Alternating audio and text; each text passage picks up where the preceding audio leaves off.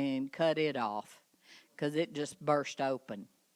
And if if they can't do anything with that, they're going to cut off her foot and work on up to her leg. And she's just real depressed, and her name is Betty. So let's get down to the Sunday school lesson. And you know, we think about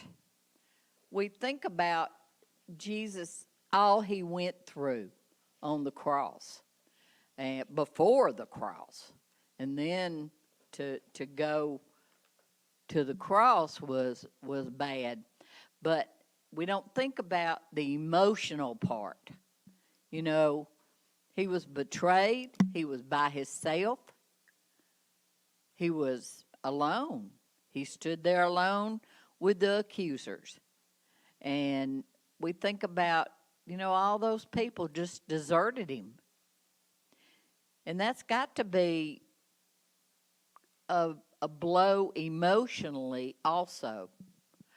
You know, he was still human. All right. Jesus stands trial. Brother Bill, have you got a microphone? Well, would you hold it up to your mouth and give us the lesson overview and the golden text? Because they got to be able to hear you. Can you hear me? Yes, sir. Today's lesson focuses on the culmination of Jesus' earthly life. While the accounts of Wait a minute. What are you reading?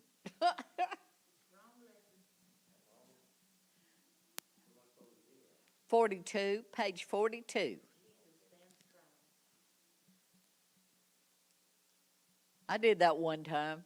Me and Richard both read the wrong lesson. When we got here and we were in Never Never Land, we didn't know what we were doing. All right. Lesson 12. Today's lesson focuses on an especially low point in Jesus' life. Betrayal by one of the 12.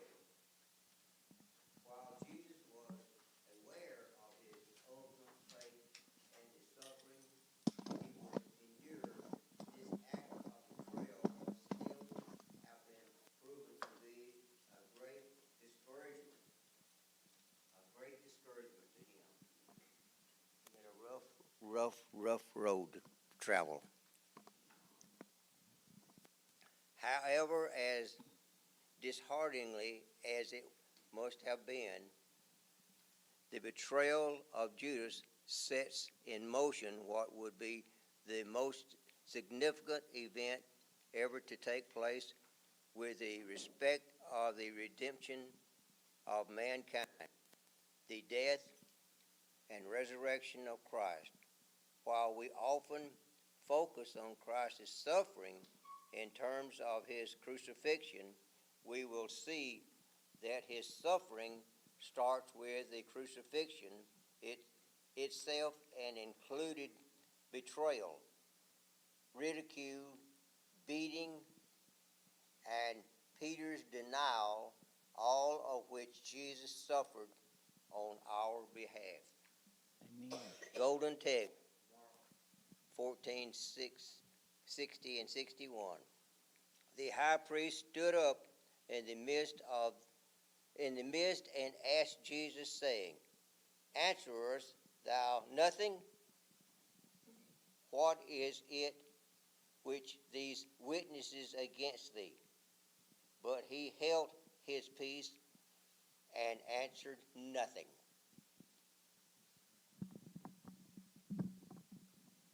He answered nothing.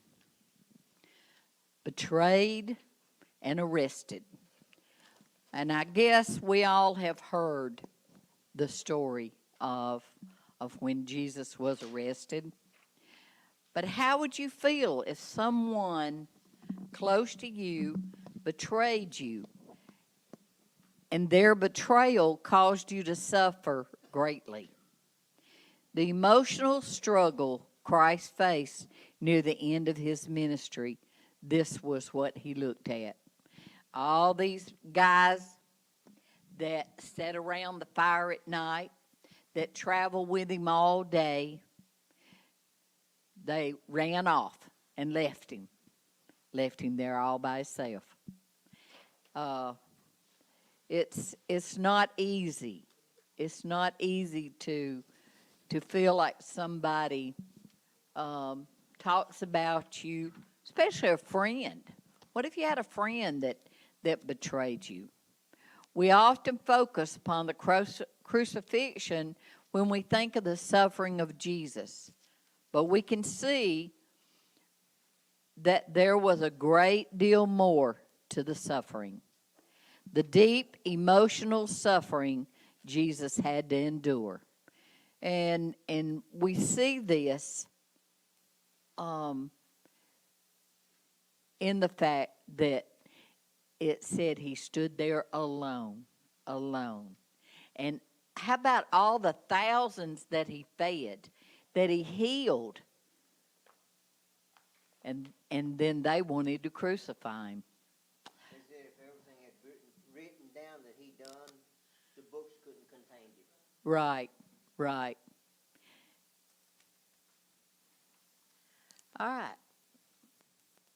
Irvine, you want to read betrayed and arrested?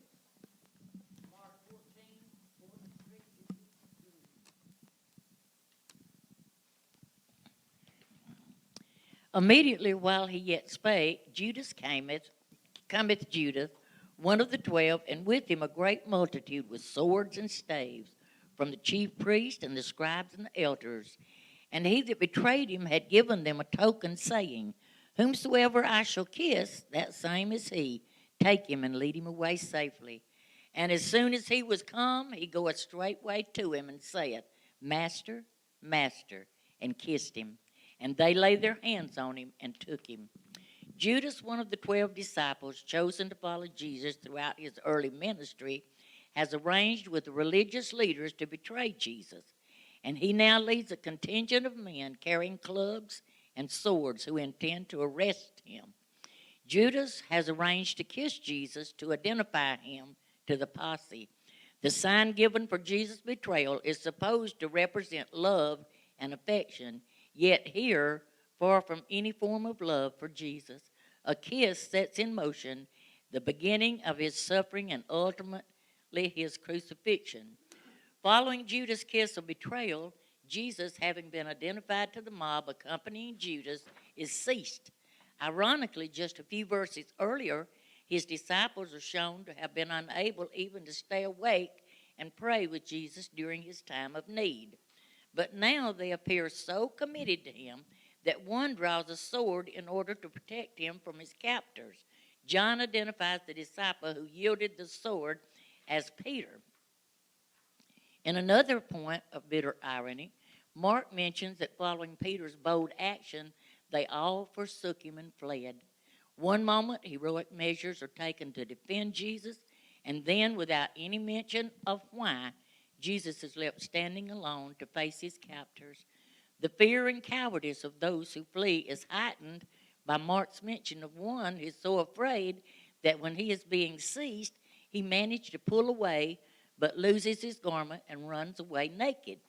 Altogether, the picture painted here in Mark is bleak as Jesus is left alone to face the ignominious suffering that lay ahead. We had to look up that word, ignominious. Ignominious. And it means shameful or disrespectful. So he suffered more than just physically.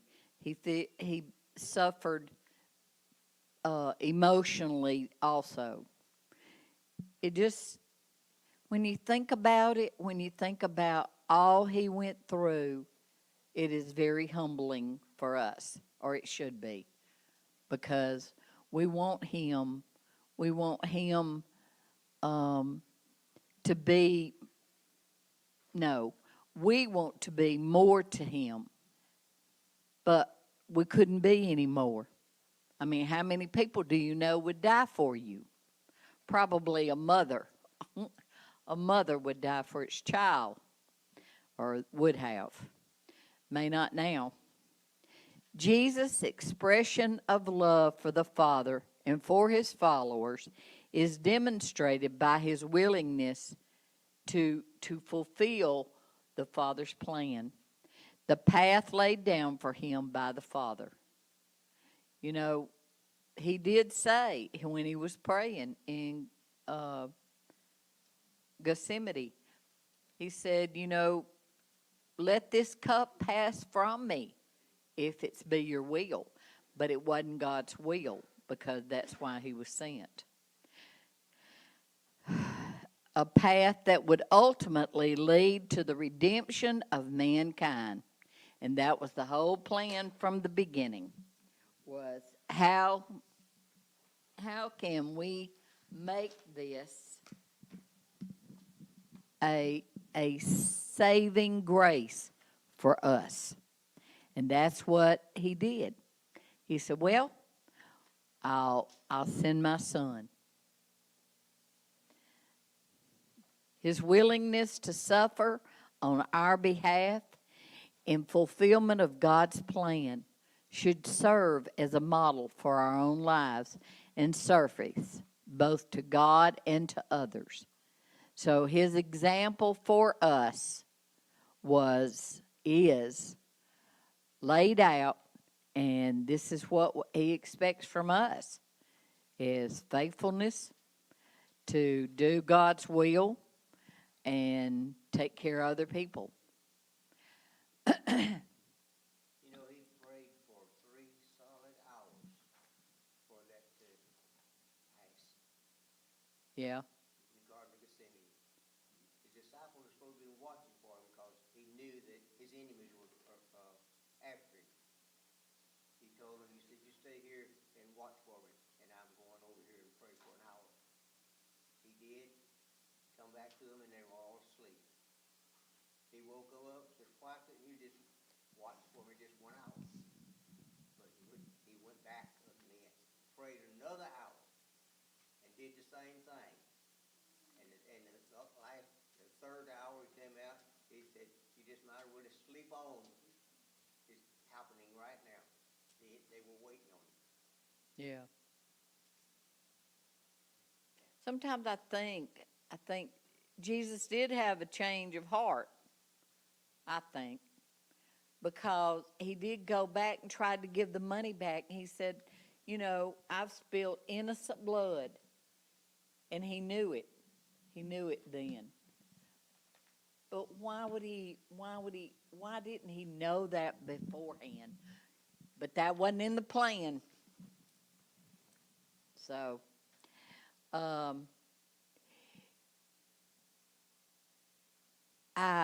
don't have, it just seems like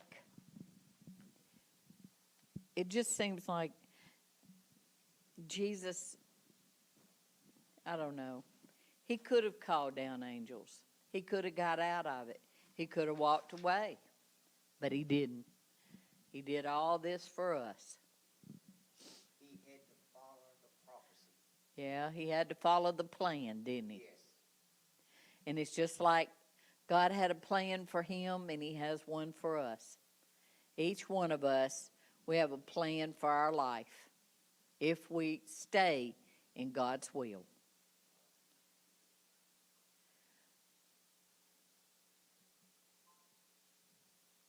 Nobody? Anybody have anything to add? He has to be obedient to the Father. Amen. And he was obedient. Amen. He knew what his fate was. He knew what he had to go through. Amen. Yet he did it because he loves us. Right. He expects obedience from us, too. If God tells you to do something, you better do it. I'm reading in the Old Testament now, and I think about Noah. I think about Noah and the fact that God told him to build this huge boat, and it had never rained. They didn't know what rain was, and him telling them, hey, it's going to come a flood, well, they thought he was crazy. But then I think about Moses, and Moses did everything he could except the obedience of strike the rock, and he hit it. And I thought, that's so minute. But God expects us to be obedient to him through the word. And there is a price to pay for disobedience also. So Moses didn't get to go to the promised land, did he? He got to look at it, but he didn't get to go. There's a lot of incidences in the Bible, especially in the Old Testament, I think, where obedience was required so much. And they didn't have the Bible. They didn't have anything. And that's why he said, share this with your son. Share this with the generations to come. That's why we have Sunday school. That's why we have preaching, to share the word with each one of us. There may be something you say, I've heard that story 44 times, but there may be one little thing in there that you didn't realize, that you didn't know, and it may make a difference on through your life to see it, to know this. So we just have to, y'all are so quiet today. I need help. I was out too late last night. Not that I didn't study before that, but I didn't review like I should have. So I need some help this morning. Richard, last night I said, look, I got to leave. And I used Richard's nose. I said, I got to take his nose home. But we just couldn't stay there with all that drinking and Before the partying high and- priest, Huh? they led Jesus away to the high priest, and with him were assembled all the chief priests and the elders and the scribes. The chief priests and all the council sought for witness against Jesus to put him to death, and found none. The high priest stood up in the midst and asked Jesus, saying, Answerest thou nothing? What is it which these witnesses against thee? But he held his peace and answered nothing. Again the high priest asked him and said unto him, Art thou the Christ, the Son of the Blessed? And Jesus said, I am. And ye shall see the Son of Man sitting on the right hand of power, coming in the clouds of heaven. And the high priest rent his clothes and saith, What need we any further witness? Ye have heard the blasphemy. What think ye? And they all condemned him to be guilty of death. Following his arrest, Jesus is brought before a gathering of religious leaders. The word translated as council in the King James Version is the term Sanhedrin. This was the official ruling body for the Jews and indicates the seriousness with which these proceedings were taking place. The intent of this group is made plain. All the council sought for witness against Jesus to put him to death. Failing to find any consistent testimony that would be used against Jesus, the high priest asked himself, then begins to question him, hoping to trap him into something he said. After the high priest fails in his attempt to get Jesus to respond to the accusations made against him by the witnesses brought forward, He then asked Jesus directly whether he is the Christ, the Son of the Blessed One. In one of Jesus' clearest declarations about his identity in all the Gospels, he acknowledges that he is indeed the Son of God. This elicits an accusation of blasphemy from those who are listening, who then describe that Jesus' offense is certainly worthy of death. At this point, Mark shifts the scene from Jesus' appearance before the Sanhedrin to Peter, who is said to have followed Jesus as he was taken from the garden to the high priest. As Jesus is being questioned inside, Peter is waiting outside in the courtyard, warming himself by the fire. 3 times, Peter denies knowing Jesus, the final denying culminating in Peter's swearing he does not know him.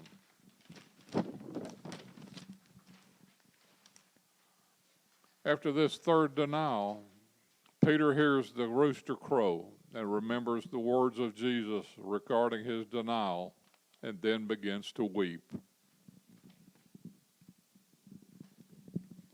I can't imagine what Peter felt like to know that Jesus had foretold what was going to happen, and that he said, he was always a mouthy person. Peter would say things and then regret them later. And sometimes Jesus had to reprimand him in front of everybody else. Remember last week, I think, in the lesson, he said, "Get behind me, Satan," when he was telling him, hey, this is not how the Messiah is supposed to act. You're supposed to do this, and you're supposed to do that. And Jesus said, "Get behind me, Satan," because he knew the plan. He knew the plan he had to fulfill. The Sanhedrin was the Jewish officials, and they're the ones that really had the say-so of whether he was guilty or not. And, you think about, these were Jewish people that God's chosen. And they just wanted to do him in because they didn't want him. He did not fulfill their expectations and their idea of what the Messiah should be and what he should be looking like. Their focus was not on finding out the truth, but putting Jesus to death, regardless of the truth. They didn't want to hear it. They didn't want it. They accused him of blasphemy. And what is blasphemy to you? What is it? Anybody? Man.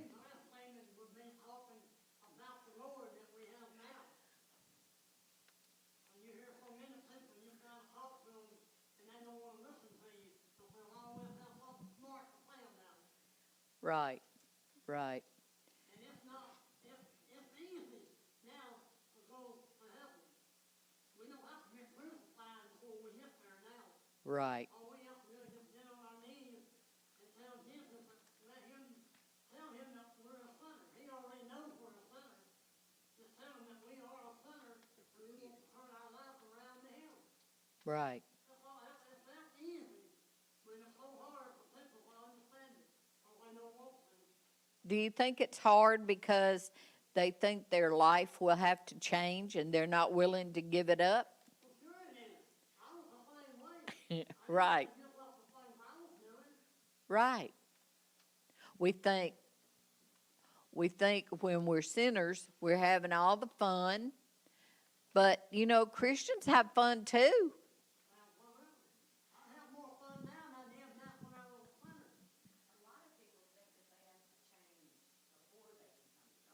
Well, that's true too. That's right. Right. He'll clean you up. We ain't got to clean up ourselves.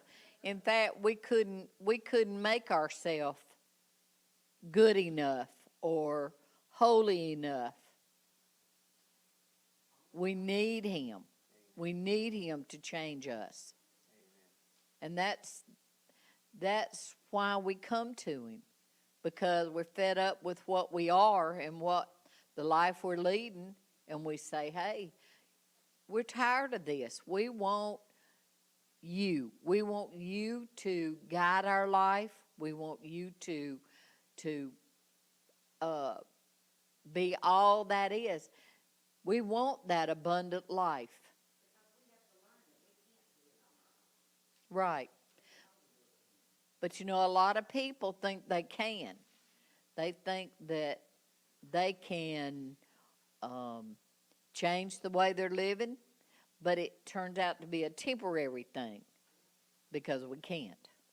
We can't do it without him. Well, that's what the Bible tells you. You can't travel the fence.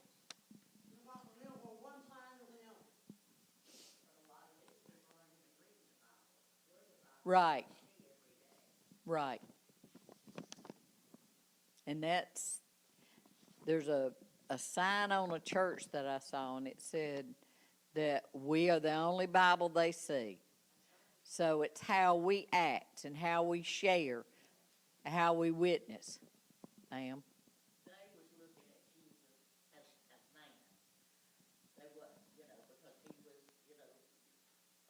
they wasn't looking at him as Jesus. And when he said that I am, when they was determined to crucify him. Right. And when he said that, they were looking for something to trap him with, And when they asked him, was he really the son of God?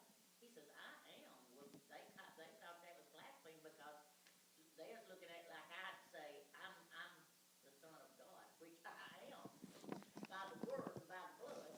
But I mean, they thought that they called it blasphemy because he did. He said, what further do we know? Do we need? This man says he's the son of God. Yeah. That's what they wanted to hear. Right. That's what they wanted to hear, even though he was the son of God. Well, they thought that the Messiah was coming in a different way. He wasn't coming as a human. And Not guilty of anything. right. Sin.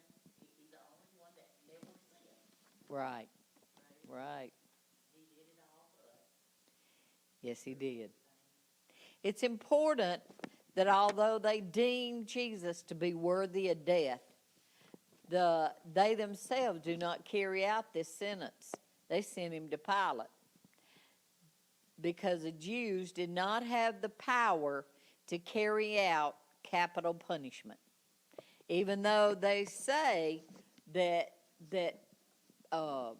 he was guilty, they had to send him to Pilate because he was over the Jews at that time. Pilate was. And the Sanhedrin, they could say he was guilty, but they couldn't punish him. And they wanted him to go. Well, let's talk about Peter's denial. Peter's denial, to me, it set us up that we deny him so often, not just by word, but actions. And so many times we need to so many times we don't give him the respect and the authority that he has in our lives. And before we got saved, we knew in our heart. It's just like I knew the night that I went to Melissa's graduation from kindergarten. That's how long. And there was a evangelist there, but I don't know why. And the pastor at that church was there. And I knew before I went that I was being called. So we know in our heart. There's so many times, though, we don't listen. We don't listen to what. And Jesus denying Christ 3 times, don't you know he felt so bad, just knowing that he had denied him. But he made up for it, didn't he?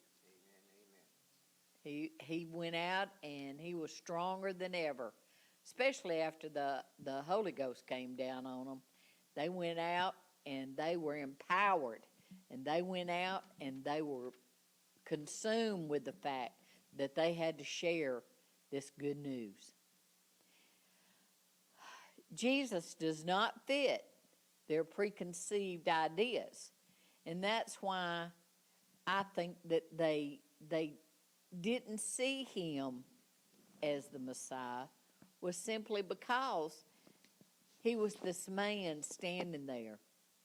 And they said, and it's sort of like you said, they see man, they don't see the Messiah, because they had these preconceived ideas of what he was going to do when he got there. And he didn't. He came with another plan, not their plan. They chose instead to ignore the truth. The people ignored what he was saying and just went on with their life. And then when they hollered and they wanted Barabbas and they didn't want Jesus, that was still part of the plan. We keep thinking, well, why did that have to happen? Why? It was just part of the plan. I wonder how Barabbas felt. Sometimes I think about, well, I wonder what he thought. Or I wonder what he did afterwards. Did he go back to his evil ways? Did he see the change in people? Peter represents those who profess to love Jesus, yet wind up denying they even know him. And a lot of us say, oh, I believe in God, and I believe in Jesus, but do we know him? Do we have that relationship with him? And I think that's one of the strongest things, that after you get saved, you have to work on developing that relationship by reading the Word, by praying, by talking to him. A lot of times, I just sit and talk. You know, I talk about the family. I talk about the church. Just talk to him. You don't have to be an elegant speaker. All you got to do is talk. Just talk to Jesus. Talk to him like I talk to Irvine sometimes. Call her on the phone. Say, hey, how you doing today? How's David? Really and truly, I love you, David. We must constantly be open to growing in our knowledge and understanding of Christ. He is the example. He is the example that we use when we want our life to be better. Peter's denial of Christ was verbal. We must be careful that neither our words nor our actions deny Christ. It's easy to profess to know and love Christ, but quite another to maintain that profession in the way we live and conduct our lives. And that is the biggest thing that we can share with each other is a Christ-filled life. You know, every day we ought to wake up and pray, let somebody see Christ in me.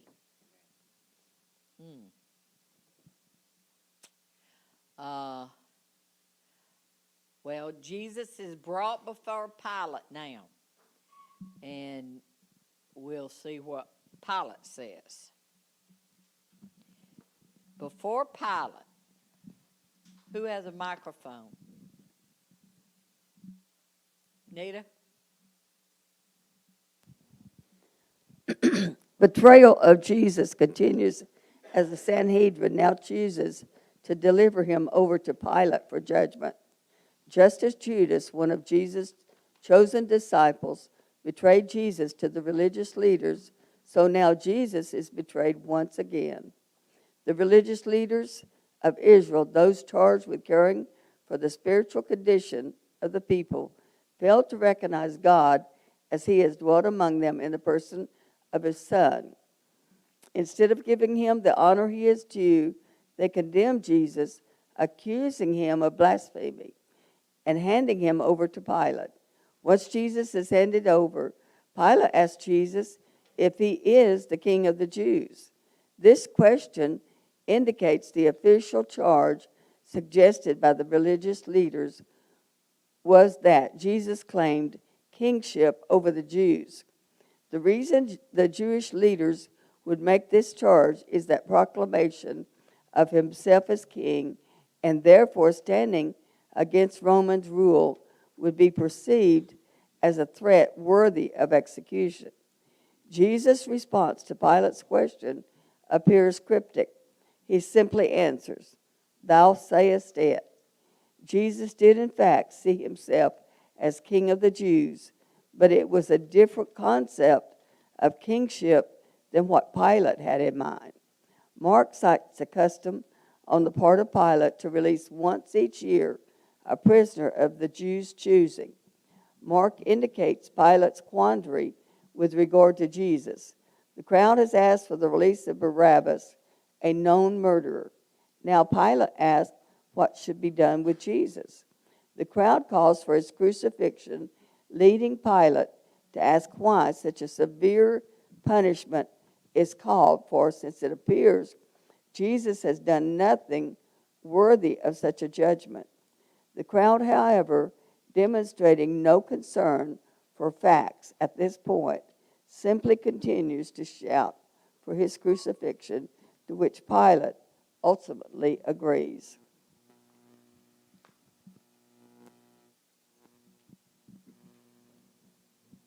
Anything to add?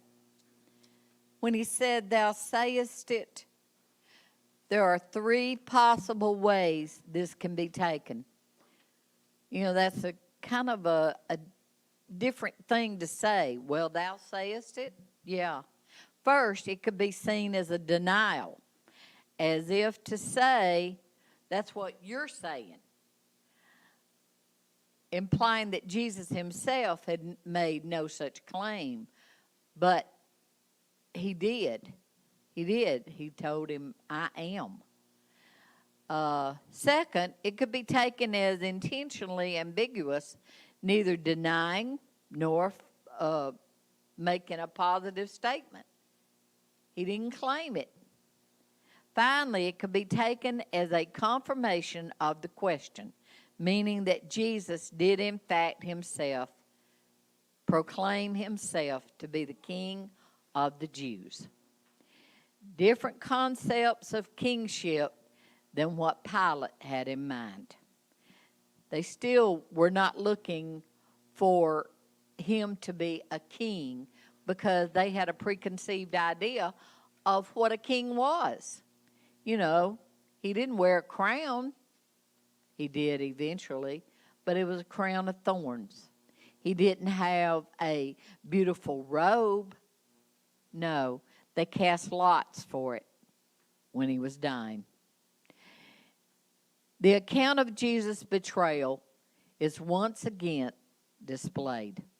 The people turned against him. Jesus has come to bring peace, is rejected in favor of one who has come to bring rebellion and chaos. They chose Barabbas, a murderer, a known murderer. And he was going to be put to death. But they chose him over Jesus. And it's sort of like calling good evil and evil good.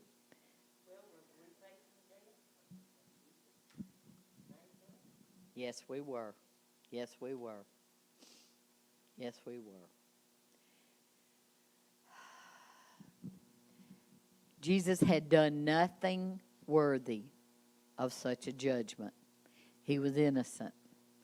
And we all know that he never sinned, that he died for us. And that's the name of the game of witnessing, is that you share your story with somebody else.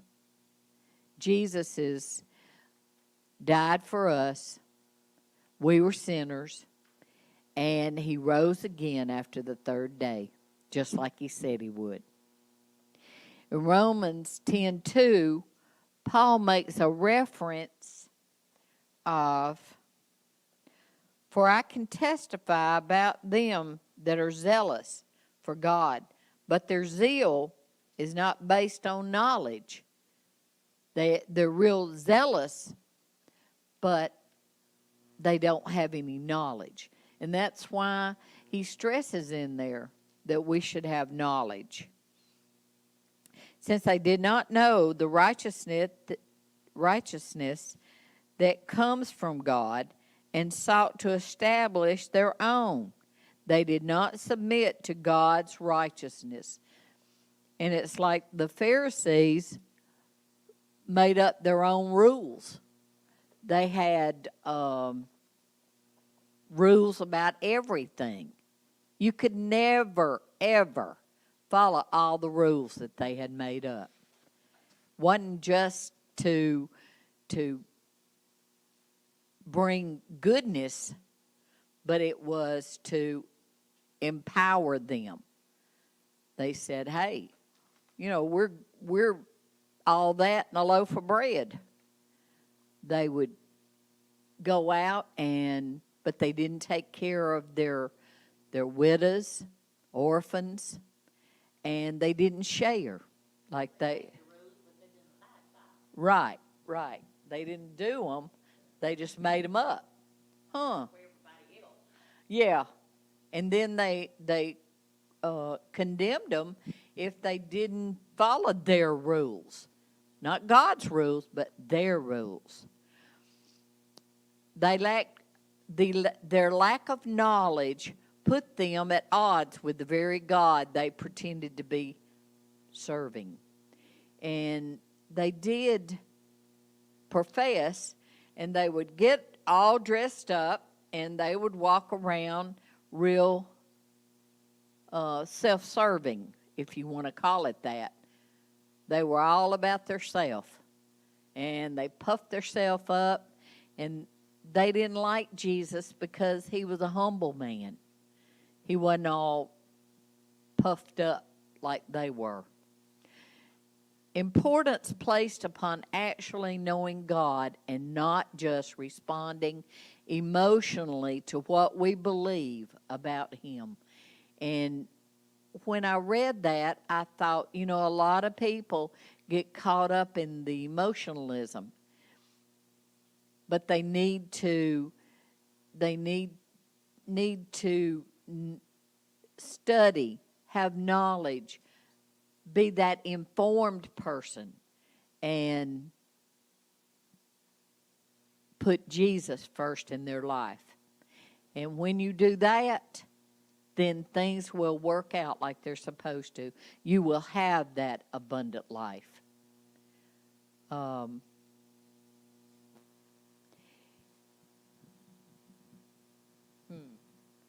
Jesus came to bring peace. To bring peace. And I think that so many times in the Bible it says, "Fear not. Fear not. Do not be afraid." And a lot of people are living in fear nowadays. Fear of everything. Fear of what's going to come with the government, what's going to come financially, how we're going to make it, how we're going to make ends meet, the virus.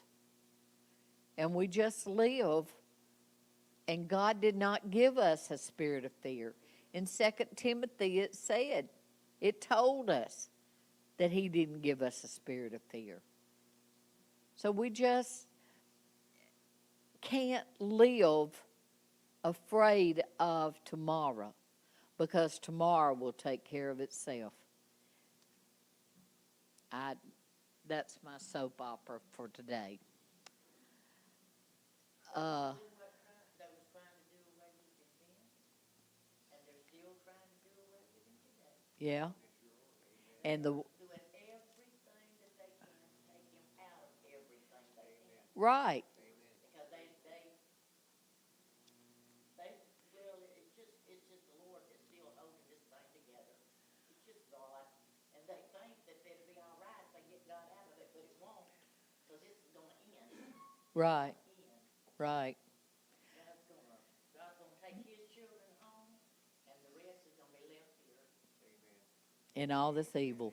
and all this that they're doing now. They'll find out who God is one day.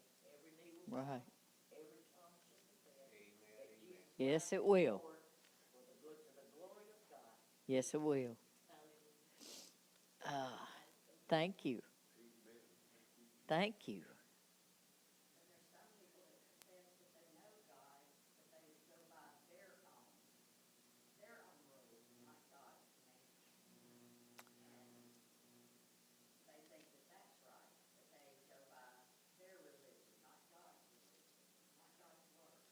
Right. And they want him to go along with them instead of them going along with him. So I'm telling you, it's a mixed up world. We are turned upside down. That's right. That's why we have to be strong, and we have to, right. And we also have to share it. We have to share what we know, because nobody can take that knowledge away from you. It's sort of like I stressed to my grandchildren and my children, get all the education you can, because nobody can take it from you. What you know in your head and you bury in your heart, God knows.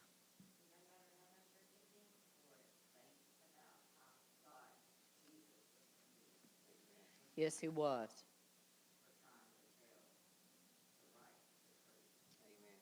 And there's so many people nowadays. You know, Franklin Graham never went on Facebook like he does now. He put something on there every day. And I really get a lot out of it from what he says. Because he's not a mushy mouth. And he just lays it out like it is. He's factual, let's put it that way. Call to discipleship. Nobody else has one, do they? In today's lesson, we have seen the perseverance of Christ despite betrayal and suffering. While it's true that Jesus suffered greatly on the cross, the suffering associated with these events leading up to his crucifixion should not be overlooked. Often, when faced with the betrayal of others or some other form of suffering, we find it easy to give up on God or on others. However, we see that Jesus did neither. He did not give up on God's plan, but continued to give himself fully to what God had called him to accomplish, despite the suffering that lay before him. In Jesus' attitude and action, we can find the model for our own response to betrayal and suffering. And we know that we are going to suffer. And we know that we're going to have trials and tribulations. But Christ overcame the world. And we can overcome whatever Satan throws at us, we can overcome it because Christ did. And he's our example. Next week is the last lesson in this book. So be sure and read it and be able to share the, do we have any other comments or anything people want to add? This was a lesson that we probably all know.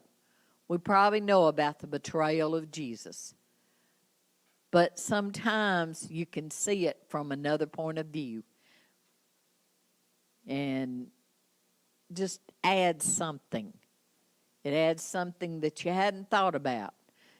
And that's what a lot of these Sunday school lessons are for, is to have you look at things a different way or maybe the same way and learn something that you didn't know. Not that I'm the greatest teacher in the world, but, you know, sometimes by reading these chapters out loud, you can pick up something that you didn't think about, that you didn't know. So, read your Sunday school lesson so you can help me out. And pray for George tomorrow. And I appreciate you praying for Betty. Is there any other prayer requests that we have that need immediate attention?